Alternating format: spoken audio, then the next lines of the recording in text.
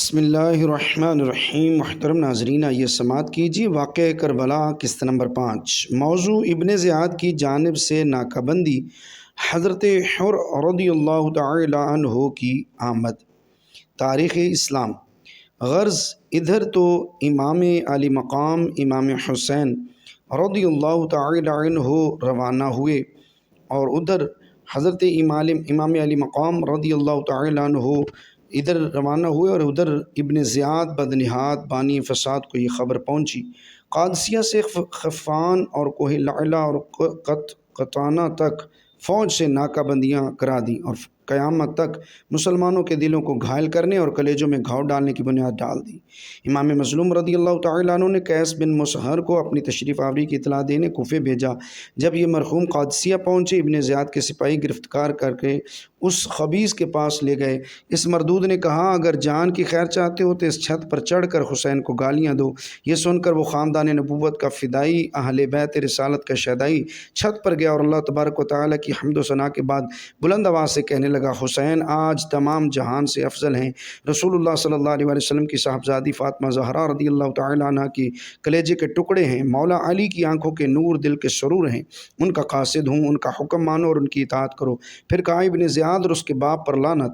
آخر کار اس مردک نے جل کر حکم دیا کہ چھت سے گرا کر شہید کیے جائیں۔ زہیر بن قین بجلی رضی اللہ تعالی عنہ کی معیت۔ امام مظلوم رضی اللہ تعالیٰ عنہ آگے بڑھے تو راہ میں زہیر بن قین بجلی رضی اللہ تعالیٰ عنہ ملے۔ وہ حج سے واپس آتے تھے اور مولا علی سے کچھ قدورت رکھتے تھے۔ دن بھر امام کے ساتھ رہتے، رات کو علیحدہ ٹھہرتے۔ ایک روز امام نے بلا بھیجا، بکراہت آئے، خدا جانے کیا فرما دیا اور کس ادا سے دل چھین لیا کہ اب جو واپس آئے تو اپنا اسباب امام رضی اللہ تعالیٰ عنہ کے اسباب میں رکھ دیا اور ساتھیوں سے کہا، جو میرے ساتھ رہنا چاہے رہے، ورنہ یہ ملاقات پچھلی ملاقات ہے۔ پھر اپنا سامان لے آنے اور امام رضی اللہ تعالیٰ عنہ کے ساتھ ہو جانے کا سبب بیان کیا کہ شہر بلنجر پر ہم نے جہاد کیا، وہ فتح ہوا، کثیر غنیمتوں کے ملنے پر ہم بہت خوش ہوئے۔ حضرت سلمان فارسی رضی اللہ تعالیٰ عنہ نے فرمایا، جب تم جوانان آل محمد صلی اللہ علیہ وسلم کے سردار کو پاؤ تو ان کے ساتھ دشمن سے لڑنے پر اس سے زیادہ خوش ہونا۔ اب وہ وقت آیا، میں تم سب کو سپرد بخدا کرتا ہوں۔ پھر اپنی بیوی کو طلاق دے کر کہا، گھر جاؤ، میں نہیں چاہتا کہ میرے سبب سے تم کو کچھ نقصان پہنچے۔ امام مسلم رضی اللہ تعالیٰ عنہ کی شہادت کی خبر۔ اب یہ قافلہ اور بڑھا تو ابن اشعث کا بھیجا ہوا آدمی ملا جو حضرت مسلم رضی اللہ تعالیٰ عنہ کی وصیت پر عمل کرنے کی غرض سے بھیجا گیا تھا۔ اس سے حضرت مسلم رضی اللہ تعالیٰ عنہ کی شہادت کی خبر معلوم ہونے پر بعض ساتھیوں نے امام کو قسم دی کہ یہیں سے پلٹ چلیے۔ مسلم شہید رضی اللہ تعالیٰ عنہ کے عزیزوں نے کہا، ہم کسی طرح نہیں پلٹ سکتے، یا خون ناحق کا بدلہ لیں گے یا مسلم مرحوم رضی اللہ تعالیٰ عنہ سے جا ملیں گے۔ امام نے فرمایا، تمہارے بعد زندگی بیکار ہے۔ پھر جو لوگ راہ میں ساتھ ہو لیے تھے ان سے ارشاد کیا، کوفیوں نے ہمیں چھوڑ دیا، اب جس کے جی میں آئے پلٹ جائے، ہمیں کچھ ناگوار نہ ہوگا۔ یہ اس غرض سے فرما دیا کہ لوگ یہ سمجھ کر ہمراہ ہوئے تھے کہ امام ایسی جگہ تشریف لیے جاتے ہیں جہاں کے لوگ داخل بیعت ہو چکے ہیں۔ یہ سن کر سوا ان چند بزرگان خدا کے جو مکہ معظمہ سے ہم راہ رکاب سعادت مآب تھے، سب اپنی راہ پر گئے۔ پھر ایک اور عربی ملے، عرض کی کہ اب تیغ و سنا پر جانا ہے، آپ کو قسم ہے واپس جائیے۔ فرمایا، جو خدا چاہتا ہے ہو کر رہتا ہے۔ حضرت حر رضی اللہ تعالیٰ عنہ کی آمد۔ اب امام علی مقام رضی اللہ تعالیٰ عنہ موضع شراف سے آگے بڑھے ہیں۔ یہ دوپہر کا وقت ہے۔ یک ایک صاحب نے بلند آواز سے اللہ اکبر کہا۔ فرمایا، کیا ہے؟ کہا، کھجور کے درخت نظر آتے ہیں۔ قبیلہ بنی اسد کے دو شخصوں نے کہا، اس زمین میں کھجور کبھی نہ تھے۔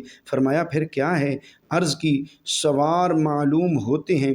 فرمایا، میرا بھی یہی خیال ہے۔ اچھا، تو یہاں کوئی پناہ کی جگہ ہے کہ اسے ہم اپنی پشت پر لے کر اطمینان کے ساتھ دشمن سے مقابلہ کر سکیں؟ کہا، ہاں، کوہ ذو حسن، اگر حضور ان سے پہلے اس تک پہنچ گئے۔ یہ باتیں ہو رہی تھیں کہ سوار نظر آئے اور امام رضی اللہ تعالیٰ عنہ سبقت فرما کر پہاڑ کے پاس ہو لیے۔ جب وہ اور قریب آئے تو معلوم ہوا کہ حر ہیں۔ جو 1000 سواروں پر افسر بنا کر امام رضی اللہ تعالیٰ عنہ کو ابن زیاد بدنہاد کے پاس لے جانے کے لیے بھیجے گئے ہیں۔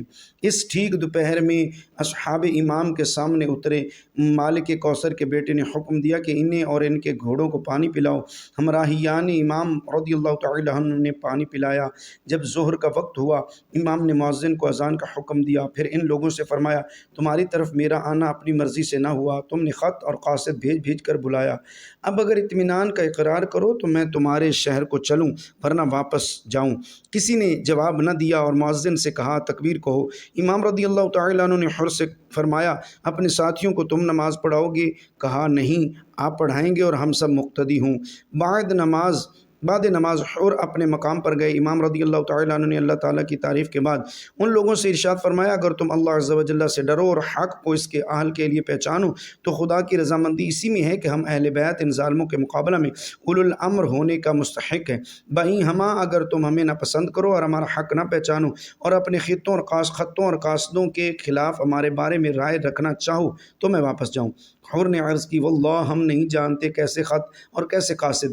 امام نے 2 خرجیاں بھرے ہوئے خط نکال کر سامنے ڈال دیے۔ حر نے کہا، میں خط بھیجنے والوں میں نہیں، مجھے تو یہ حکم دیا گیا ہے کہ جب آپ رضی اللہ تعالیٰ عنہ کو پاؤں تو کوفہ ابن زیاد کے پاس پہنچاؤں۔ فرمایا، تیری موت نزدیک ہے اور یہ ارادہ دور۔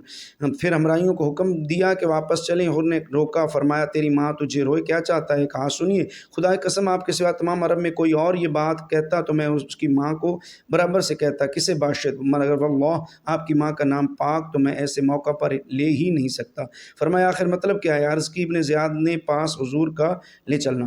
فرمایا، تو خدا کی قسم میں تیرے ساتھ نہ چلوں گا۔ کہا، تو خدا کی قسم آپ کو نہ چھوڑوں گا۔ جب بات بڑھی اور حر نے دیکھا امام رضی اللہ تعالیٰ عنہ یوں راضی نہ ہوں گے اور کسی گستاخی کی نسبت ان کے ایمان نے اجازت نہ دی، تو یہ عرض کی کہ میں دن بھر تو حضور سے علیحدہ ہو نہیں سکتا، ہاں جب شام ہو تو آپ مجھ سے عورتوں کی ہمراہی کا عذر فرما کر علیحدہ ٹھہری اور رات میں کسی وقت موقع پا کر تشریف لے جائی۔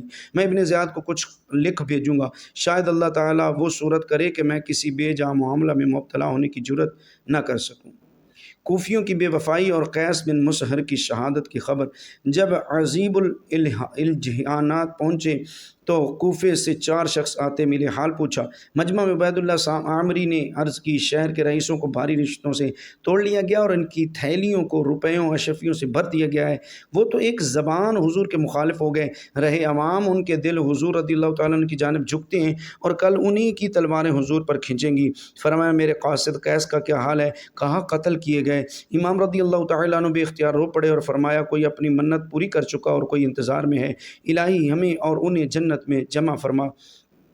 ترماح بن عدی نے عرض کی، آپ کے ساتھ گنتی کے آدمی ہیں، اگر حر کی جماعت ہی آپ سے لڑے تو کفایت کر سکتی ہے، نہ کہ وہ جماعت جو چلنے سے 1 دن پہلے میں نے کوفے میں دیکھی تھی، جو آپ رضی اللہ تعالیٰ عنہ کی طرف روانگی کے لیے تیار ہے۔ میں نے اپنی عمر میں اتنی بڑی فوج کبھی نہ دیکھی۔ میں حضور کو قسم دیتا ہوں کہ اگر ان سے ایک بالشت بھر جدائی بھی قدرت ہو تو اس قدر کیجیے، اور اگر وہ جگہ منظور ہو جہاں باذن اللہ تعالیٰ آرام و اطمینان سے قیام فرما کر تدبیر فرمائیے تو میرے ساتھ کوہ آجا کی طرف چلیے۔ واللہ اس پہاڑ کے سبب سے ہم بادشاہان غسان و حمیر اور نعمان بن منذر بلکہ عرب و عجم کے سب حملوں سے محفوظ رہے۔ حضور وہاں ٹھہر کر آجا اور سلمہ کے رہنے والوں کو فرمائیے، خدا قسم 10 دن تک گزریں گے کہ قوم طی کے سواروں پیادے حاضر خدمت ہوں گے، پھر جب تک مرضی مبارک کو ہم ٹھہریے، اور اگر پیش قدمی قصد ہو تو بنی طی سے 20,000 جوان حضور کے ہمراہ کر دینے کا میرا ذمہ، جو حضور کے سامنے تلوار چلائیں گے، اور جب تک ان میں کوئی آنکھ پلک مارتی باقی رہے گی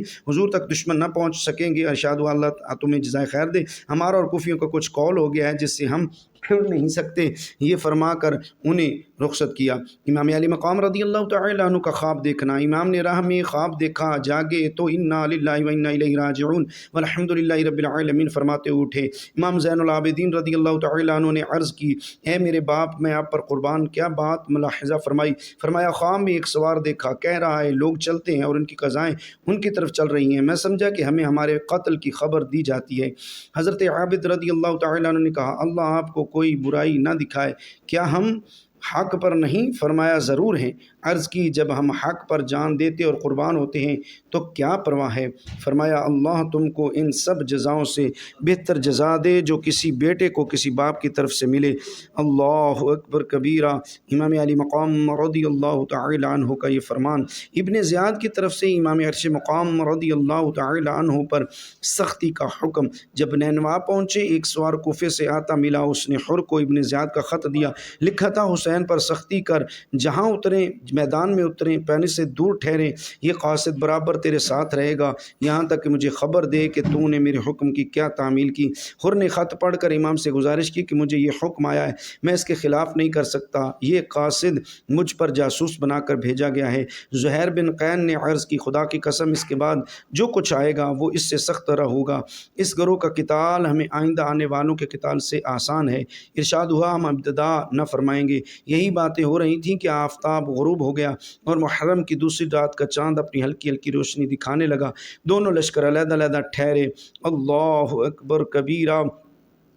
حضرت نواسہ رسول صلی اللہ تعالی علیہ وسلم کی شب میں روانگی۔ اب مشرقی کناروں سے اندھیرا بڑھتا آتا ہے اور بزم فلک کی شمعیں روشن ہوتی جاتی ہیں۔ فضائے عالم کے سیاح اور خدا کی آزاد مخلوق پرند چہچہا کر خاموش ہو گئے ہیں۔ زمانے کی رفتار بتانے والی گھڑی اور عمروں کا حساب سمجھانے والی جنتری، اسلامی سن کی تقویم جسے قدرت کے زبردست ہاتھ نے ارجون قدیم کی حد تک پہنچا دیا ہے، کچھ اپنی دلکش ادائیں دکھا کر روپوش ہو گئی۔ تاریکیوں کا رنگ اب اور بھی گہرا ہو گیا ہے۔ نگاہیں جو تقریباً 2 گھنٹے پہلے دنیا کی وسیع آبادی میں دور کی چیزوں کو بااطمینان تمام دیکھتی اور پرکھ سکتی تھیں، اب یہ تھوڑے فاصلے پر بھی کام دینے میں الجھتی بلکہ ناکام رہ جاتی ہیں، اور کچھ نظر بھی آ جاتا ہے تو رات کی سیاہ چلمن اسے صاف معلوم ہونے سے روکتی ہے۔ وقت کے زیادہ گزرنے اور بول چال کے موقوف ہو جانے نے سناٹا پیدا کر دیا ہے۔ رات اور بھی بھیانک ہو گئی ہے۔ شب بیدار ستاروں کی آنکھیں جھکی پڑی ہیں، سونے والے